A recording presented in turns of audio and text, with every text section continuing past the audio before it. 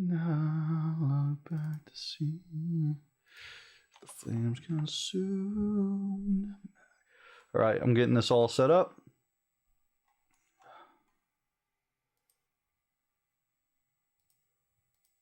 And we're going to go live on TikTok. Here we go. Let me go ahead and share the link out for people.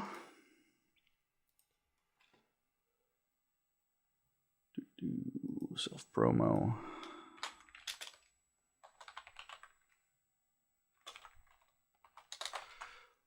We'll get this link shared out so we can hopefully drag in a few more people. Unwillingly, if need be. I got the song that I recorded earlier stuck in my head. Go figure. All right. Hey, Schazaura. I'm just sharing the link out for the TikTok just to get a few more people involved. Feel free to do the same if you'd like to.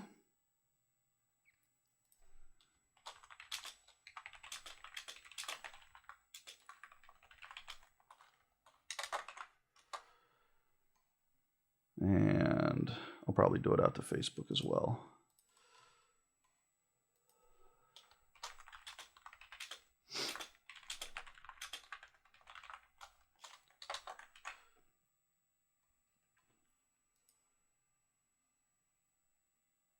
Post. And lastly, Twitter.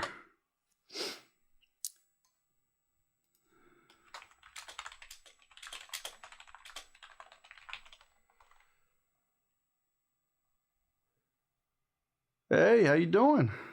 Glad you could make it. I'm just sharing the link out right now with a few different locations just to try and bring some people in here. We should be good to go. I always try to start a little bit early if I can to get that stuff shared out. All right.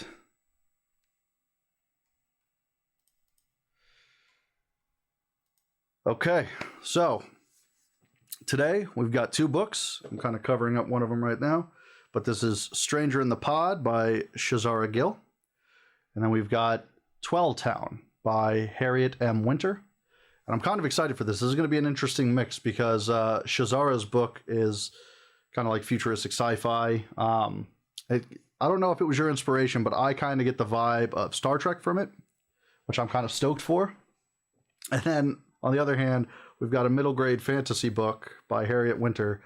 It was a fun read, but I read it last week. I was hoping to catch up on it now, but time ran a little bit short coming up to this one. But it's going to be an interesting mix. You know, definitely a lot more fast-paced action for this one, and then this one's just kind of a fun story, middle grade fantasy. What else are you going to do?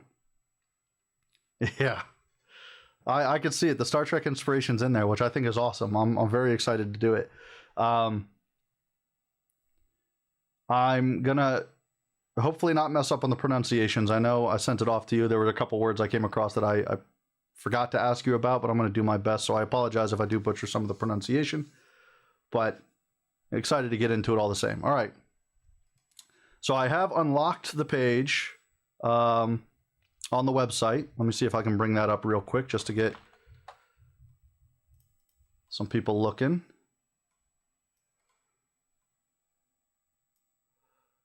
I want something a little bit smaller so I can display it on the screen. Sorry about that. All right. Let me get this window capture up here. See if I get the right one. I got like a million Chrome windows open here, but let's try and get one up here. Window capture.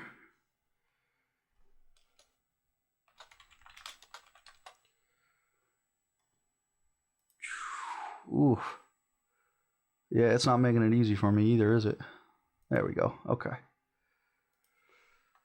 So I got this one up here. I'll kind of drag this here.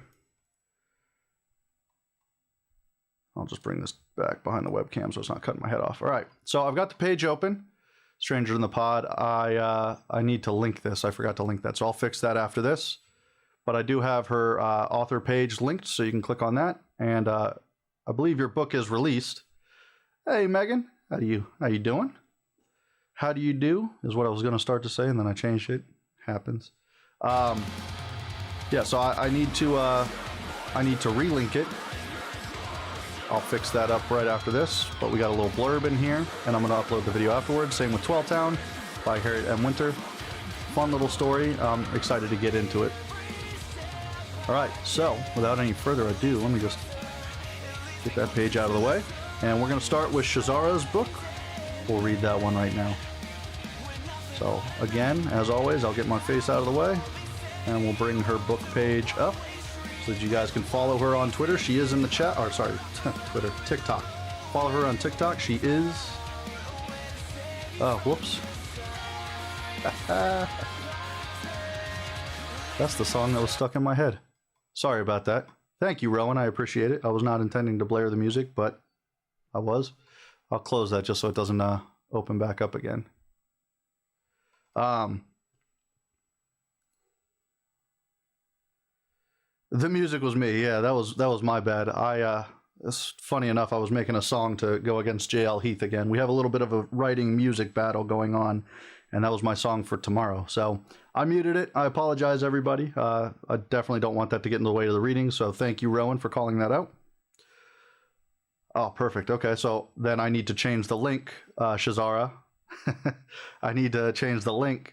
Instead of showing the little link sign, I'll put coming soon like I do with the books that are not quite out yet. But I'll go ahead here, and we'll get into the readings. Let me open this up here. So her book, titled Stranger in the Pod. I'll get started. Captain Nymeria Estrella Jones shouted orders as the enemy ship drew closer, ready to strike. The crew obeyed without hesitation. Even as newly captained as the starship Echo was, its crew knew a trustworthy leader when they saw one. "Get those weapons fully charged!" Nymeria heard a "yes, ma'am" as she turned toward the ship in front of her. If the massive oval with a wavy line cutting vertically through it was any indication, their enemy was a Phaean ship. Those bastards. Nymeria had no clue how they had found out about their mission to the Centauri Nebula, but here they were, nonetheless. "Weapons ready," Ensign Johnson stated from her right. Nymeria nodded as she waited for the Phaean battlecruiser to inch closer. It fired. The shot hit its mark. Alarms blared as the bridge turned red. Nymeria gritted her teeth, doing her best to concentrate through the blaring noise and her growing headache. "Ensign Johnson, damage report!" Nymeria ordered. "The outer hull sustained damage. The Phaean ship did not damage any major systems," Ensign Johnson replied while looking at various screens on the console before him. "Is the camouflage still operational?" Nymeria inquired, calculating her next action. The ensign again looked down at the screens before replying. "Yes, ma'am."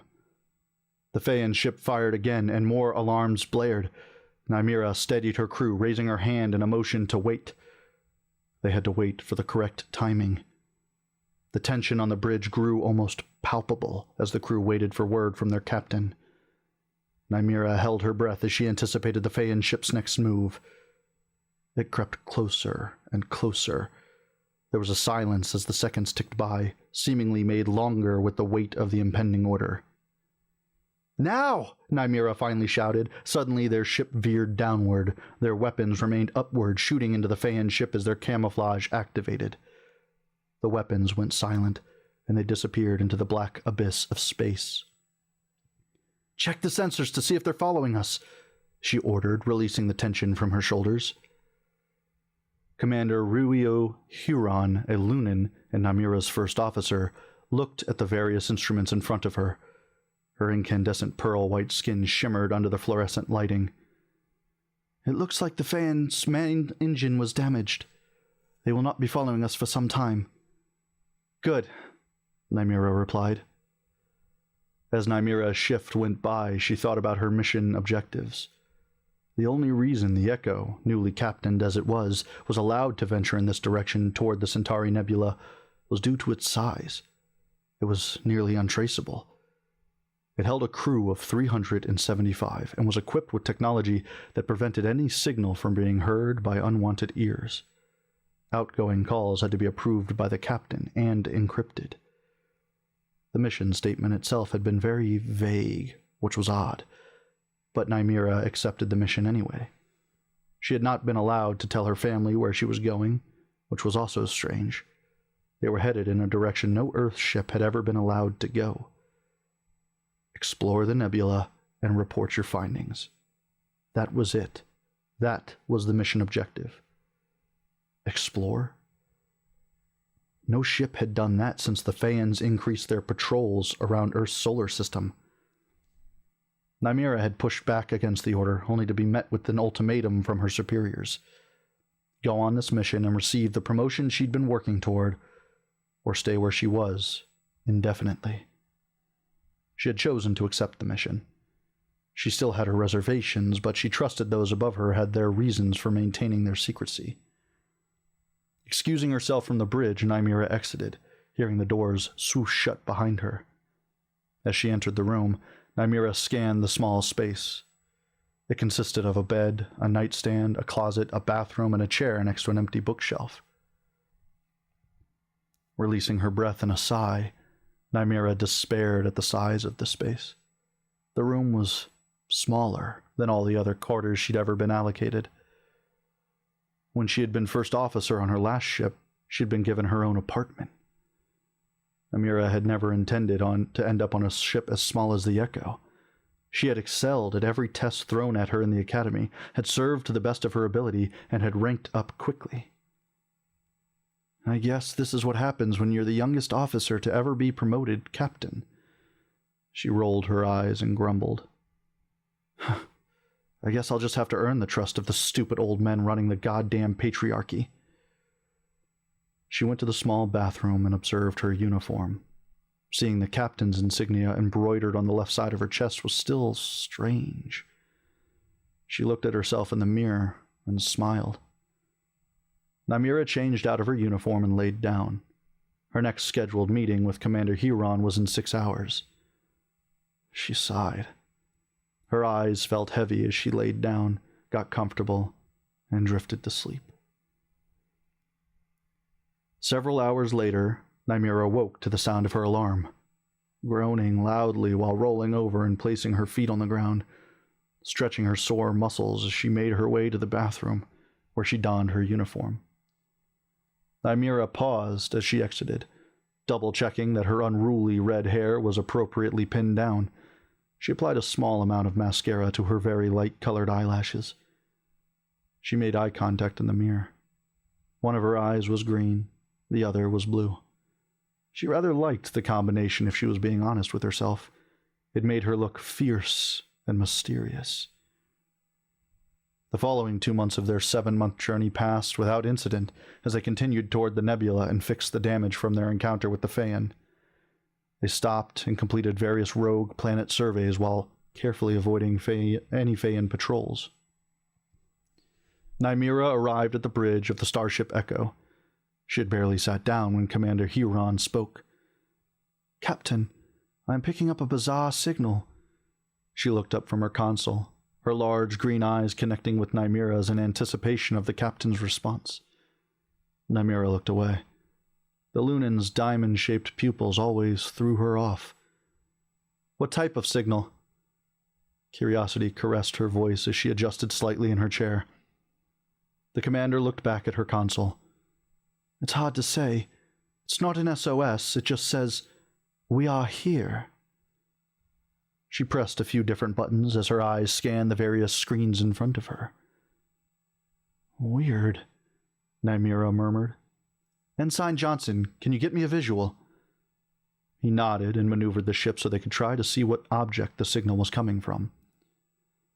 Once the image became clear enough, Nymira was able to make out a small ship with writing on the side. "Please maneuver us toward it with caution," Nymira ordered, in awe of what she was looking at. It seemed so small compared to its surroundings. As they moved closer, Nymira was able to make out the words, "Starship Explorer." Her jaw dropped. "No fucking way," she whispered to herself. How the hell did this ship have Earth English on it? And with an American flag? America hadn't officially been a country since 2150-ish? Nymeria thought to herself, her mouth hanging open in surprise. As far as she knew, only a few recorded ships had been sent out with faster-than-light engines before warp had been invented. All those ships had returned safely, and none of them had ever traveled this direction. There was a stunned stillness on the bridge as they drifted closer. Silence, Nymeria realized she needed to fill with orders. "Is there a breathable atmosphere inside the ship?" she asked Lieutenant Alexander, who was the current science officer on board. He answered, "No, but there is minimal power. Since there's an American flag on the side, I must assume this ship is at least 400 to 500 years old. I'm surprised there's any power at all." Even so, let's attempt to contact them. Send them a request to board." He complied by selecting several options on his console before stating, "Request sent, ma'am." The seconds ticked by as they waited for a reply from the mysterious craft in front of them. After what seemed an eternity, the lieutenant finally updated her with, "There is no reply, ma'am." Nymeria thought for a second, processing the information she had. "All right, here's what we're going to do. I need someone well-versed in old Earth technology and 2 security officers to accompany me for boarding." She looked at Commander Huron. "I'll need you in the captain's chair while I'm gone." The Lunan nodded. Silence reigned for a second when a soft voice said, "I built an old Earth ship from scratch for our engineering project for graduation. It left the atmosphere without falling apart."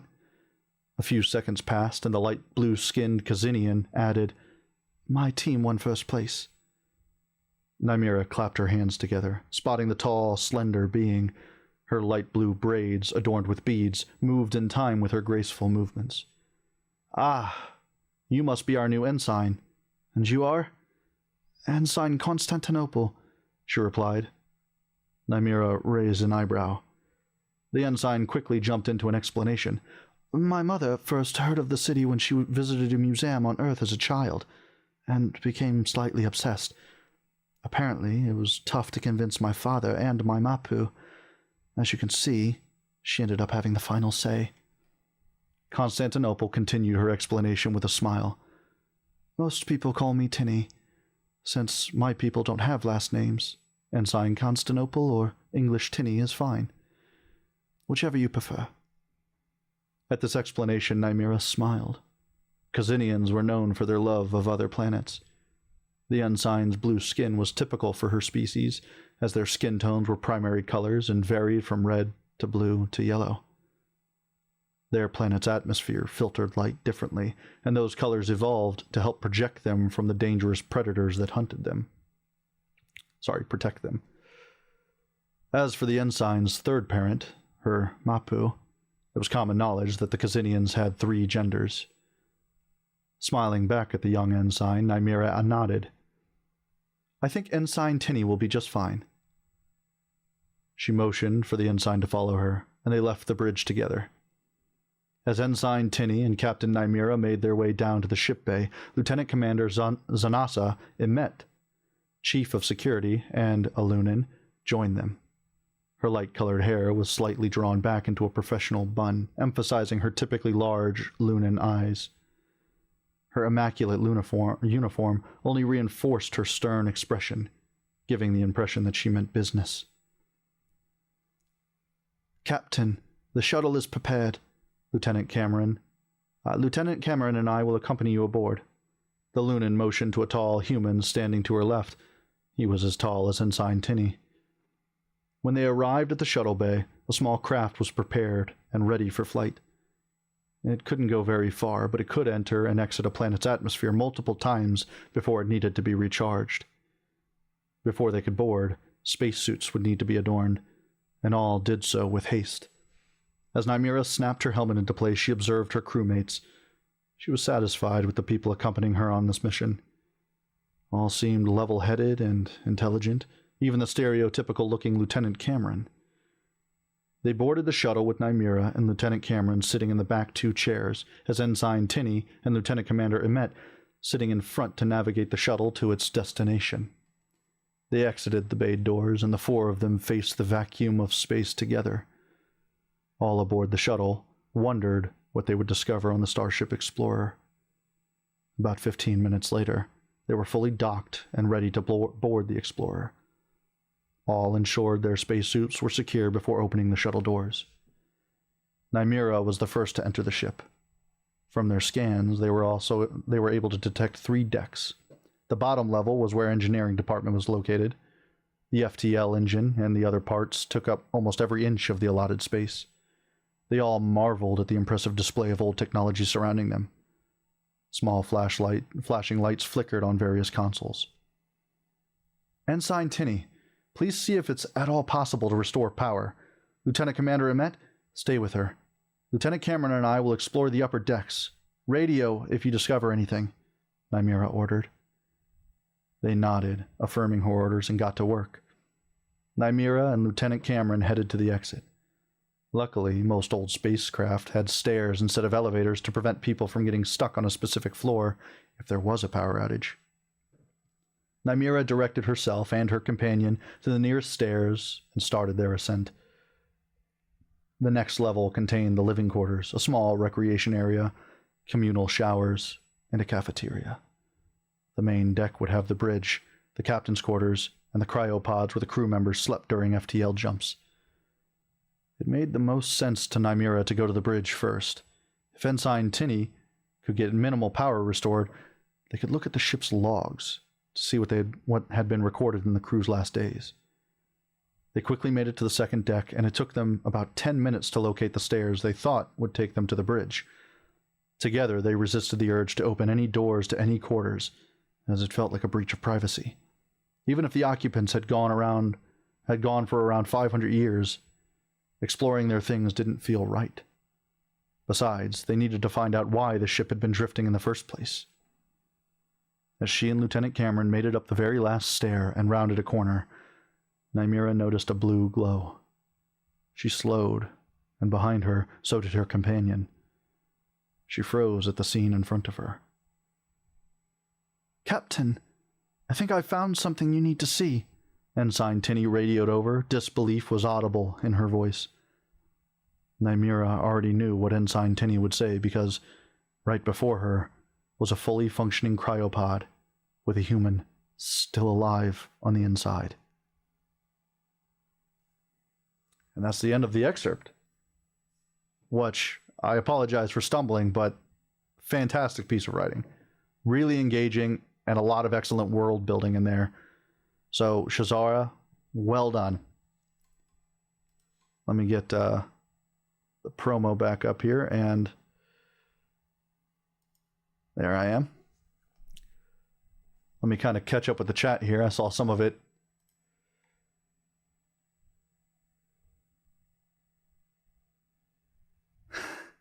Down with the patriarchy, yeah.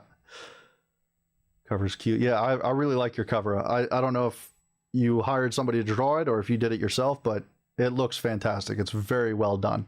I like the vibes it gives off. Yeah, I agree with that. The Curiosity Crester voice, that was a good image.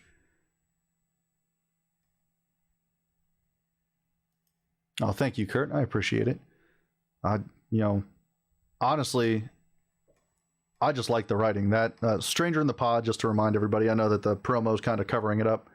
I think you guys saw it when I had the actual banner up there. But yeah, Stranger in the Pod, it is up on my website. And if that little piece is any indication, the book, promises to be really, really good.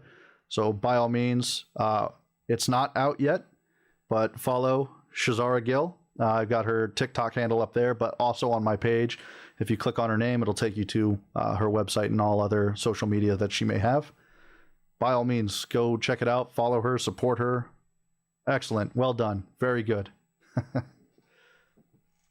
Hired an artist and placed the text yourself. Ensign. Yeah, Inside. Yeah. As I said, I apologize. I'm likely going to fumble over some words. I sent her over for some of the pronunciations, but then, I forgot to send some other ones over. So I apologize if I did mispronounce some of that stuff. But still, don't let that detract from the good writing. And yeah, by all means, again, follow Schazaura, check out her book, wait for it to become available, and absolutely pick it up.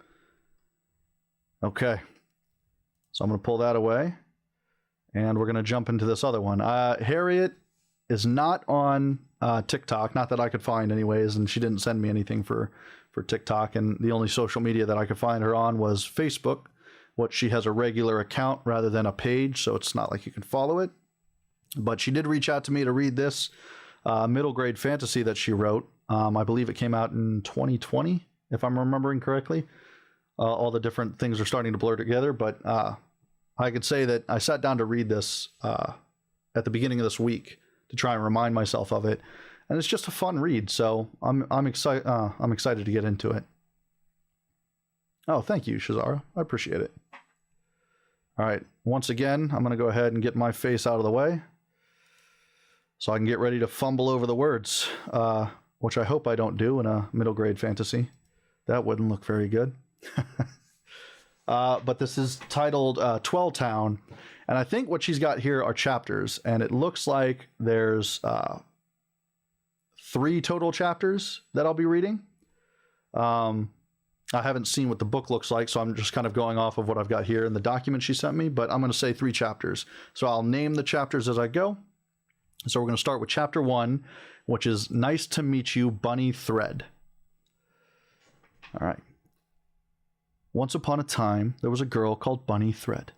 She had lived her young life, 11 years to be exact, together with her mom, Mrs. Thread, at the back of a modest button shop on Maple Road, number 2.5.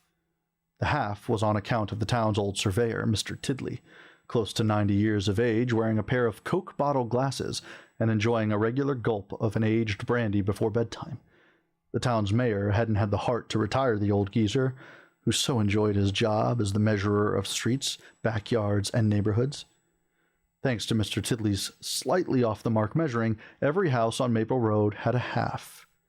Mrs. Medler, who lived at 1.5, Mr. Leggard, and his bone-lazy family had a house at number 4.5, and Miss Stickling, an accountant by profession, lived at 5.5.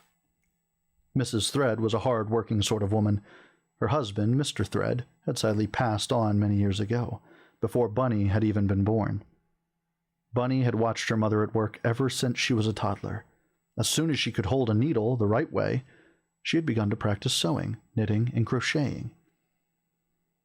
"I've never seen her idle about with silly things like what's up and what not," her mother would say. "No, she's always sat with her nose to a sewing machine or her hand to a needle.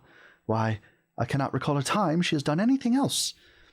If you'd need buttons sewn on your prowess suit, a zipper placed on your bathing costume, then I'll tell you right now that you'll find nobody quicker and more nimble-fingered than my Bunny. You won't." In fact, there's practically no needle Bunny couldn't operate or piece of clothing she wasn't able to put together. "And don't get me started on her room, mind you," Mrs. Thread would warn others. "Fabrics hanging from the ceiling, drawers dripping with buttons, buttons and more buttons. You'll find no picture of Lady Goga or some other teen idol on her walls. No, you'll see knitting patterns, dress patterns, instructions on how to make skirts and scarves and other things. My goodness, the child is a pattern brain. But I suppose I had it coming, with owning a button shop and all. Still, she's a harmless, sweet little thing, my Bunny." Sweet thing indeed, though her schoolmates had a different description for her. Amber Glib, for example, who was the most popular pupil in Bunny's class and the daughter of the town's dermatologist, Mr. Glib. "A mess, that's what she is," Amber would note, chewing on her juicy fruit. "I mean, where's the crop top, the shorts? I don't see no scrunchie on her pathetic twig of a wrist. There's no fox on her school bag either, is there? Really, come on, the girl makes her own clothes. How twisted is that?" Twisted or not, it was all very true. Day in, day out, Bunny would come to school wearing her own unique creations, colorful, imaginative things with buttons, ribbons, zippers in places you would not expect to find any. Her shoes had mismatched laces. Her outfit was like an onion, layers upon layers of fabrics. Every day after school, she would be relieved to toss her books and other school trappings aside and trot down the stairs to her secret girl cave at the back of her mother's button shop. Soon, The sounds of hemming and humming would echo upward, all the way up to her mother's keen ears, sitting at the shop, arranging her shelves. "Bunny's back," she would think, and then she would yell down the hall, if there were no customers presently present in her shop. "Honey, did you eat at school? There's a snack in the kitchen for you." But Bunny had no time for kitchens or snacks. She needed to finish her latest creation, a coat with purple sleeves and a frilly front thing. It would be perfect for the coming fall. Bunny was actually quite happy with her life. Happy, except for occasional twinges in the late evenings when it was bedtime.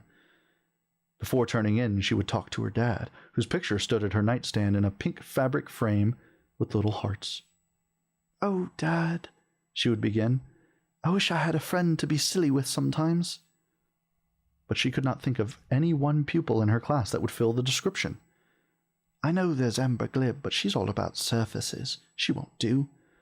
Daffy Petty would be another choice, but she follows Amber around like a ribbon-faced Yorkshire Terrier," Bunny would narrate. Then she would lean over to his picture and put her cheek against his, sighing. "I suppose there's also Betsy Darling, but she cannot get her Google eyes off her YouTube, what with that addiction to K-pop." The more Bunny thought of potential BFFs in her class, the less she found. Mr. Thread's friendly face, with a friendly smile and an even friendlier mustache, stared back at his daughter. On one such evening, suddenly, Bunny's face lit up with excitement, quite out of the blue. "You're right, Dad," she piped up. "I should use my talent to make myself a friend, a true best friend." Chapter 2. Introducing the New Friend. The next day, right after school, Bunny hurried to her room to start her new project. The first try. She scoured the third drawer on the left side of her old dresser, fingering through a stack of felt textiles in all the colors you could imagine. She finally pulled out a bright pink piece. She then went to her work desk and produced a pair of large scissors from another drawer. On the other side of the desk, she kept a drawer full of eyes, and another one full of noses. But you wonder, no, she wasn't a witch or a mass murderer, but a true artisan with a versatile stock of material for everything. She chose a pair of big green eyes and a cute little nose. After creating the right shape, she cut out the felt carefully. 2 pieces each, back and front.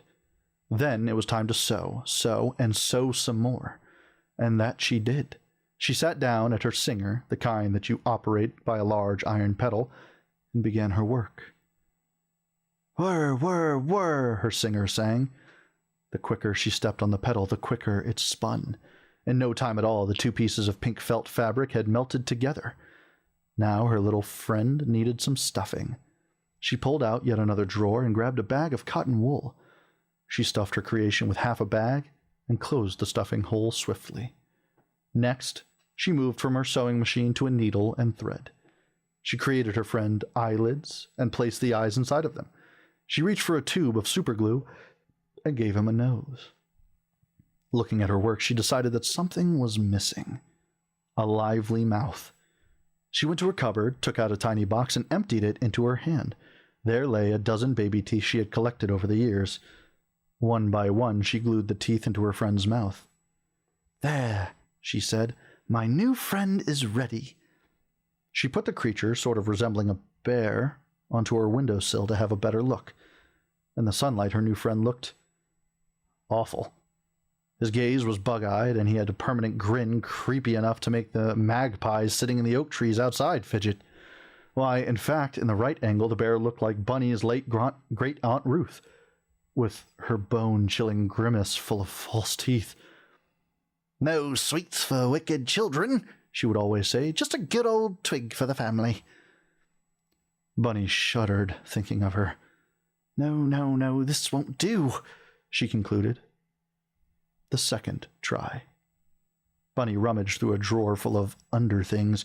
She pulled out a pair of old pantyhose from a time she had still been small enough to fit into them. They were relatively hole-free, stretchy, and thick enough for her purposes. A pair of gray tights with black stripes. Yes, they would do nicely. She cut the leg parts into 2 pieces. Then she tied the ends of the remaining fabric into a knot. Now it was time to do some needling. Perched on the floor, she sewed the cut-off pants onto the sides of the pantyhose. Presto! Her new friend had arms. Now, all she needed were a pair of eyes and a red mouth. Felt fabrics would be the perfect solution. Bunny cut out 2 white circles for the eyes and a big red circle for the mouth. After sewing her friend's face on, the work was done. Bunny put her new friend on the windowsill again to evaluate her work. The new friend sat leaning against the window, looking positively flabbergasted. One eye was as big as a plate, while the other resembled a freshly laid egg. His mouth gaped open like a mousetrap, and his arms hung off the windowsill. Poor thing looked like he had just run the marathon. "Oh, my word," Bunny gasped, shaking her head. "I can't ask him to be my best friend. He's already exhausted at the idea. Frazzled, knackered, absolutely pooped." Bunny took the pantyhose puppet off the sill and put him into the storage bin under her bed. "Sleep tight, my weary friend. Get some rest," she instructed him, closing the bin. The third try. Now Bunny was more determined than ever to succeed in her quest for a best friend forever. She grabbed a wicker basket from the corner of her room full of yarn, oodles and oodles of yarn. There was a red, green, yellow, blue, all colors of furry string waiting to be knitted into a sweater, socks, and a pair of mittens, perhaps. She chose a soft ball of cream-colored yarn and took out her knitting needles. And what a sight it was, bunny thread knitting. She left no loop loose or stitch too snug. Her hands became a knitting machine, so swiftly she began producing a fabric, pulling the needle through the loop, lifting the yarn over and again and again. Watching her work was mesmerizing, to say the least.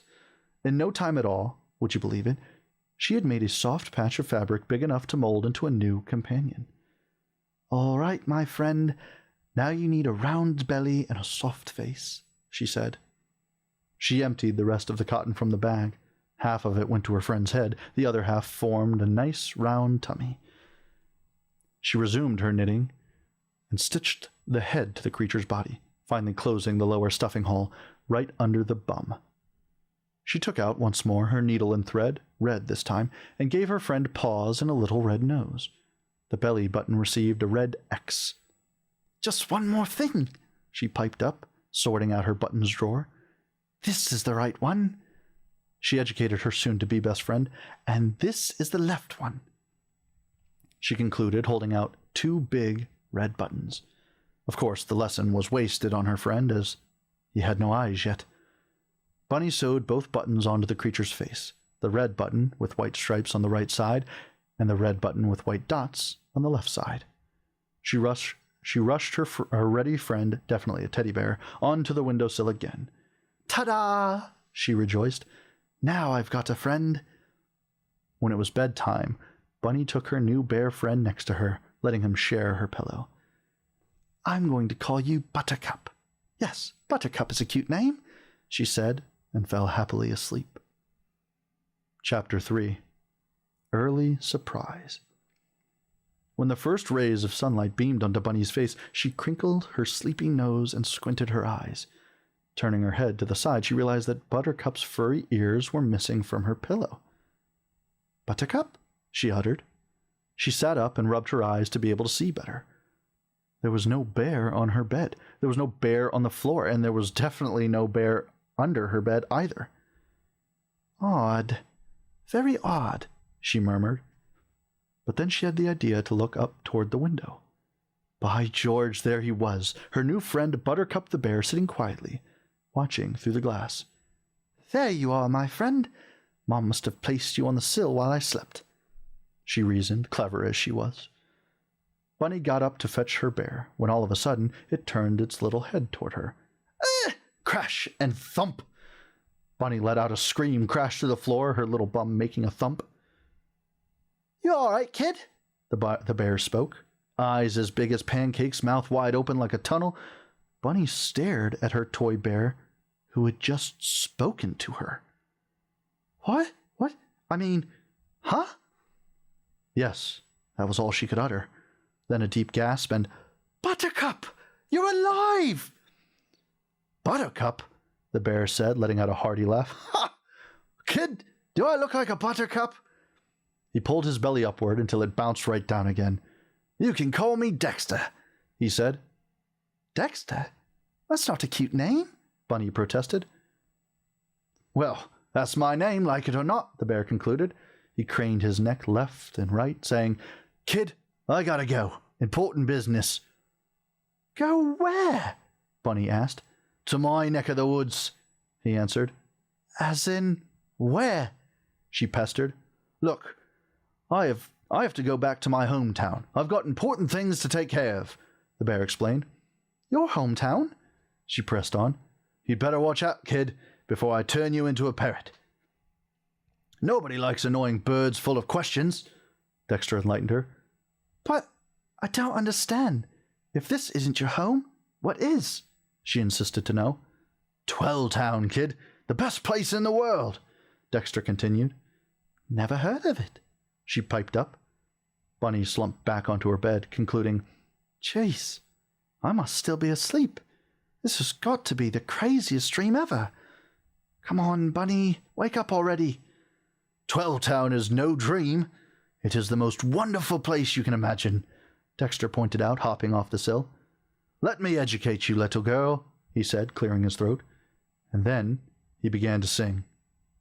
Full disclosure, I'm not singing. Have you ever tasted a cherry made of glitter and glue? Or smelled an orchid made of silk? It smells blue. How about a bear claw dusted with a lot of rhinestones? I'll fill you up so you won't be skin and bones. It's the only way to live, kid, believe me. To live a life that's absolutely carefree, because there's nothing quite like Twelvetown, and no place better to cure a silly frown. Fields of green fibre turf everywhere, miles and miles of trees that never go bare, a town full of busy shops and sights, on every yard a plastic dog that never bites, birds that twitter day and night, if you so wind them up by twilight. Oh, believe me, kid, it's the only place to be. Twelvetown is the greatest town you'll ever see. Bunny sat listening to Dexter's song quietly. She could swear she saw a tiny little tear building up in the corner of his left button eye as he sang about this strange place he called home. Finally, the bear finished his performance and collected himself, saying, All right, it's time to go, kid. I'll show you my town. And that's the end. As I said, very fun little story. I enjoy reading it. I have no idea if she intended the characters to be British, but I don't know. It kind of fit. But yeah, this one, I actually read the first 3 chapters to my kids. They had a lot of fun with it. So I think I might pick this one up just to finish it with them. But let me do great with the weird words. Yeah. Some would disagree. But thank you. I appreciate that. But yeah, I really loved this week. This was a lot of fun. Schazaura's story, as I said, was very fast-paced. Great sci-fi world building, had a lot of Star Trek kind of, feelings and themes to it, which she said she got her inspiration from, which was fantastic. And then, of course, Twelvetown by Harriet Winter is just this kind of plucky, fun, middle-grade fantasy. And, as you guys heard, both stories are just really fun reads, really engaging, really fantastic. So please, again, let me pull this back up here. Right here. Make sure you go over to my author page, the author reading. Like I said, this is technically coming soon, so I'll fix this.